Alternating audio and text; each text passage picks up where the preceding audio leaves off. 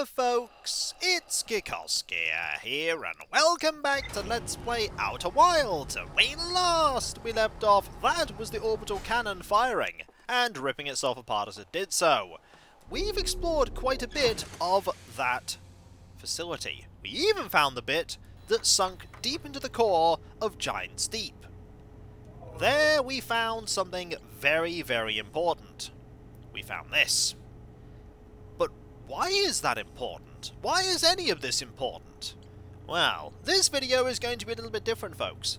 This video is not going to be me exploring about the solar system and solving mysteries. Today, we're going to be talking about the things we already know, the things I think I know, and what I don't know.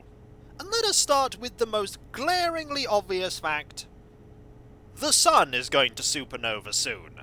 It's going to supernova in about 22 minutes. And it's not just our sun either. All of the stars in the sky are supernovaing.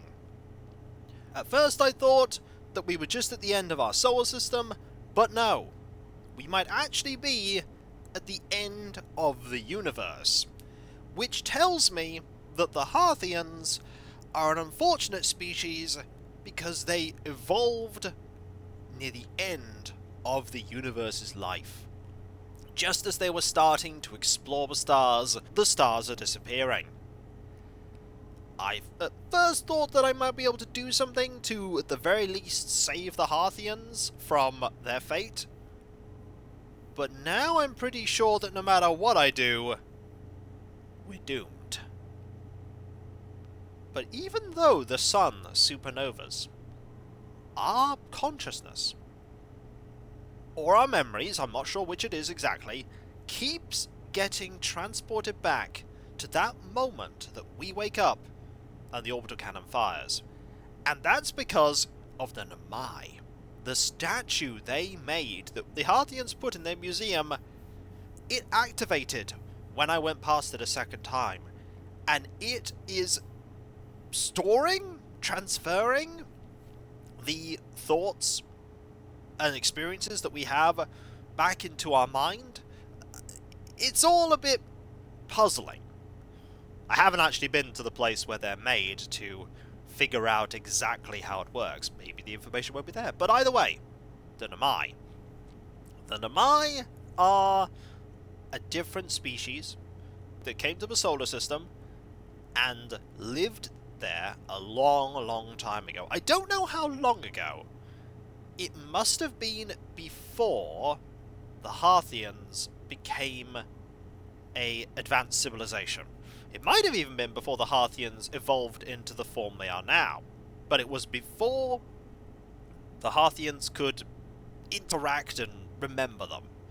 And they came here seeking the Eye of the Universe, which I have the coordinates for now, but that's me jumping ahead in the story. So they came here seeking the Eye of the Universe. And to a lesser extent, the Quantum Moon, which is the closest place that the Namai can be to get to the Eye of the Universe. They don't know its exact location. And they think that this solar system will allow them to discover it. But the first thing they have to do is survive. The sun is incredibly overbearing for the Namai, and living on the surface of planets long-term, not really feasible. So what they do is they instead build settlements underground. You have the Hanging City deep in Brittle Hollow, and you also have the shelter in Embertwin. And there might be a couple of other settlements that I don't know about. But they build those settlements, and they survive, and they then get to work. They first get to work seeing if they can find the Eye of the Universe. And they can't. Something is blocking their ability to see it or detect it, and so they then decide that they're going to make a device that will find them the Eye of the Universe. And that thing is the orbital cannon. The orbital cannon, its job is to fire a probe into space and search for the eye of the universe. Now, of course, a thing like that requires a lot of building material, and so the Namai look for material on Timberhearth. They take quite a lot of metal from the planet, making sure to leave enough for the Hearthians so that they can get into metalworking and crafting and creating beautiful things with the metal that's left. They were considerate enough to leave that, which is another thing that tells me that the Hearthians were not yet a sentient species by that point. They also used the metal to create the shielding around Ashtwin that will protect the way to transport to something called the Sun Station. Now, the Sun Station is incredibly close to the Sun. It's in the name. I don't know its purpose. I do know that as the Sun gets closer to its death, the Sun Station gets swallowed up. So you've only got about 8 or so minutes in your loop to go and check that out, and I've not yet found the way to check that out, though I do know that within Ashtwin is the way for me to get to the Sun Station. There's likely a flaw in the shielding around the core of that planet that will let me get in. Haven't figured that out yet, but I'm getting distracted. So, they build the orbital cannon. They build the shielding around the core of Ashtwin to protect the way to the Sun Station, which they also build. Now, their plan was to fire the orbital cannon, but they only needed to fire it once. You'd think they'd have to fire the orbital cannon a lot of times. And this is where we get to the other planets. A lot of the other planets have a different purpose in the scheme that they have. So, Timberhearth was used to get the materials. We then have, if we go to the map mode, we then have Brittle Hollow. Brittle Hollow was used to detect things. They built an observatory there. Giant's Deep is where they made the statues. Now, there's a statue workshop there. It's also where they put the orbital probe cannon. So, the statues, I believe, are how they intended to fire that thing only once, because they wanted to create a time loop. So they wanted to make a time loop that would allow them to just keep going through that series of events where the orbital cannon fires. And every time it would log new information, they'd log the new information. Every time they'd log the information till they find the Eye of the Universe. Then they could turn off the loop. I imagine they have a way to do that, and use the coordinates to get to the Eye of the Universe, and beyond that, I don't know. Yeah, there's the Sun Station. I can't get to the Sun Station. I want to get there. But something went wrong. Also, I don't think there's anything of Dark Bramble. I don't think Dark Bramble has any significance to the experiment. It might. I haven't uncovered it. The white hole has stuff, and then there's the quantum moon. But anyway, getting distracted. Something went wrong. Something went wrong. They didn't have sufficient power to fire the orbital cannon, so they didn't. But the orbital cannon has fired now, and the orbital cannon has fired a lot of times. The systems in there said that it's been fired over 9 million times, which tells me that we're probably 9 million times through this loop. And only recently have I looked at that statue. What happened in all the other instances of a loop? Don't know. Don't remember. We're not the only person in the loop, by the way. There's also another member of the Outer Wilds venture group that has looked at the statues and is going through the loops. They are stationed on Giant's Deep. They're the one, Gabbro, that taught me to meditate, which will get me through a loop. But there's a third statue that is also active, so somebody else is also experiencing the loops.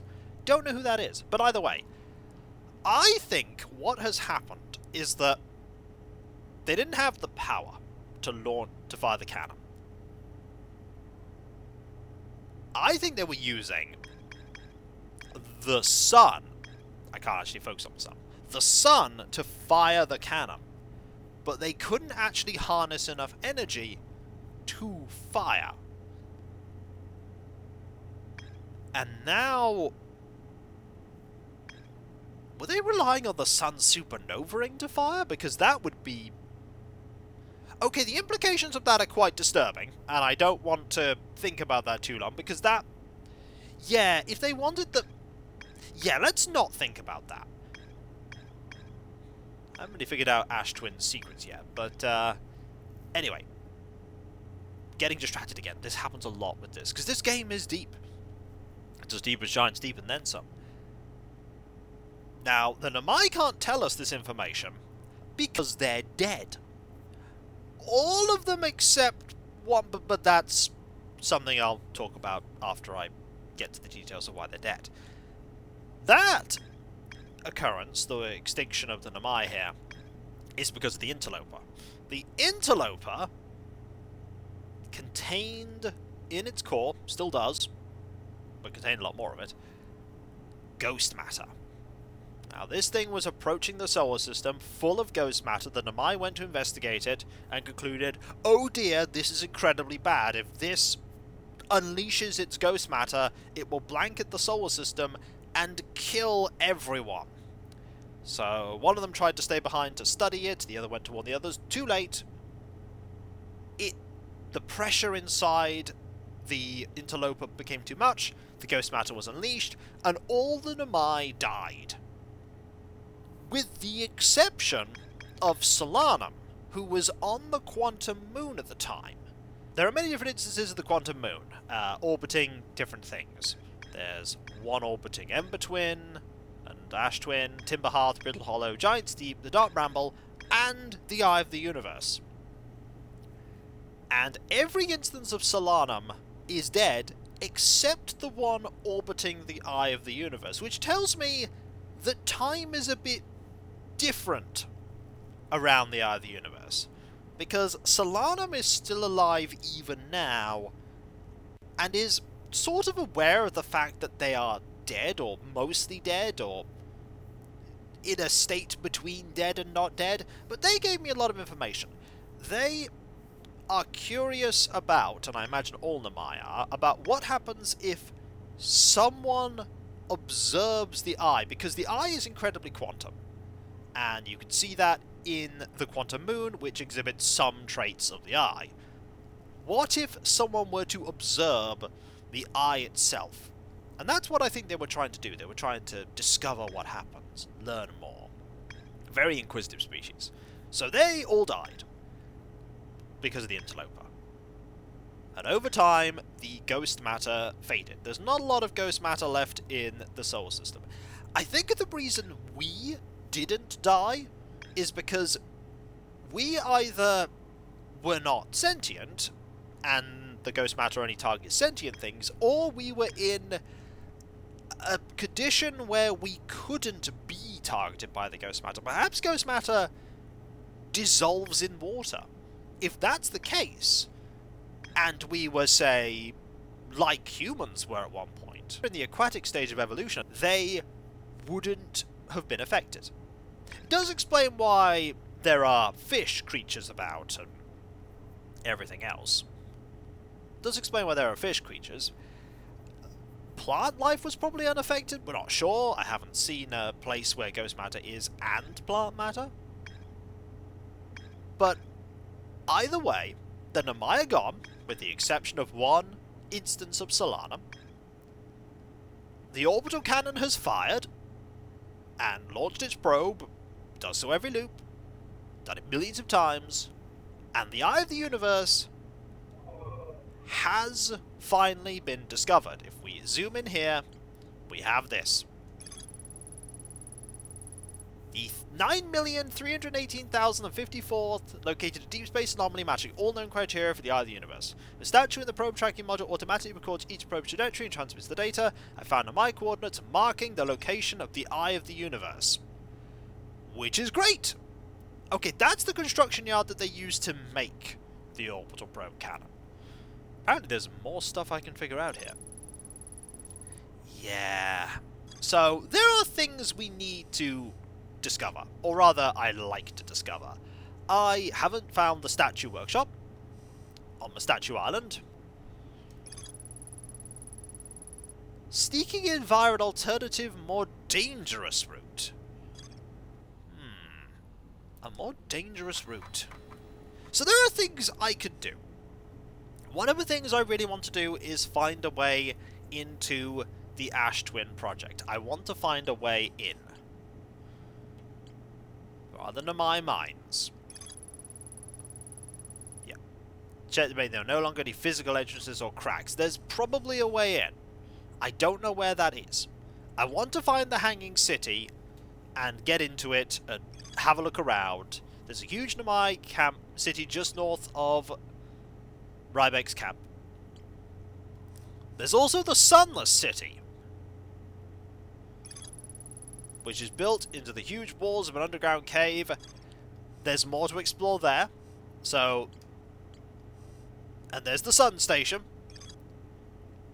There's a way to safely travel to the Sun Station from Ash Twin. So that's one thing I want to do. I want to find a way to get to the Sun Station. And quickly, because the Sun Station gets consumed by the sun. I want to get there. I want to find the cave on Ember Twin where that Namai went missing. There's probably something quantum going on there. I want to find that. The Lakebed Cave. Yeah, there it is. That's the information. There's also the Tower of Quantum Knowledge, which I never went to because I figured out the Quantum Moon through all the other information I had and some guessing. Yeah, Summit Observatory on Brittle Hollow I want to get to. The larger, more sophisticated eye signal locator. Rybek says you can't get to the observatory from the surface, but there's probably a path to it beneath the crust. There's a door to the observatory on the surface, but it is broken. So I'd like to get there. I'd like to go back to the orbital probe cannon and check out the launch module. That shouldn't be too difficult. There's something at the construction yard. So basically, I want to check out a few locations I haven't been to. I want to also find a way to the Sun Station. And I also want to check out that thing at the radio tower that indicates that there is something else in the solar system that Hornfels didn't expect in the photographs. So, in summary, not just the solar system is doomed, but the whole universe is doomed. But perhaps me getting to the Eye of the Universe and doing something with that could maybe save us, possibly, maybe. I don't think it will. I really don't think it will. But I have to try. This whole experiment was made so that they could discover the Eye of the Universe. At the very least, I should finish what the Namai started.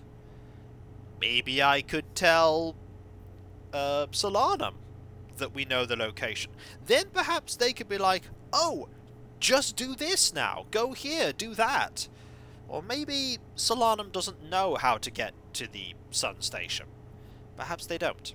But what I do know is that when we come back, folks, we're going to go and do a few things. I think the first thing I want to do is I want to go to the launch module. And I also want to see if I can begin checking out the Hanging City and the Southern Observatory. I feel like going to those places is pretty important. I'd really like to go there. There's also a Lakebed Cave that I want to check out at some point, but we'll start with the launch module. I think that's a good starting point. There might be some information there that I don't have that's very important, like a clue as to how to get to a sun station. But once I've figured all this stuff out, and I'm very close to finishing the game, which I still think is going to take me a long time, I'll have to check out that expansion. But that will be for next time, folks. For when we come back, we've spent a lot of time checking out all this info, thinking, pondering, planning. There's a lot of stuff I still need to discover. A lot of mysteries that are not yet solved. But I have all the time in the universe to figure them out, which isn't a lot, but I could go through it an infinite number of times. Well, I can't because I only have so long, but you know what I mean. You know what I mean. And next time, we'll start filling in some gaps in our knowledge. There are so many gaps. And I've probably missed explaining certain things, and I've probably got certain things wrong. But that's just the joy of this game. Discovering things and finding the truth. And reading between the lines of the things the game doesn't tell you. And if you enjoyed this video, don't forget to like, comment, and subscribe if you're not. And if you are subscribed, press that bell for those notifications. And I'll catch you next time, folks. And I'll see you then. Later. Who wants to bet when I get to the end of the game and I look at this video again and go, ha! I was wrong about everything! Chances are incredibly high. They're very high. Later.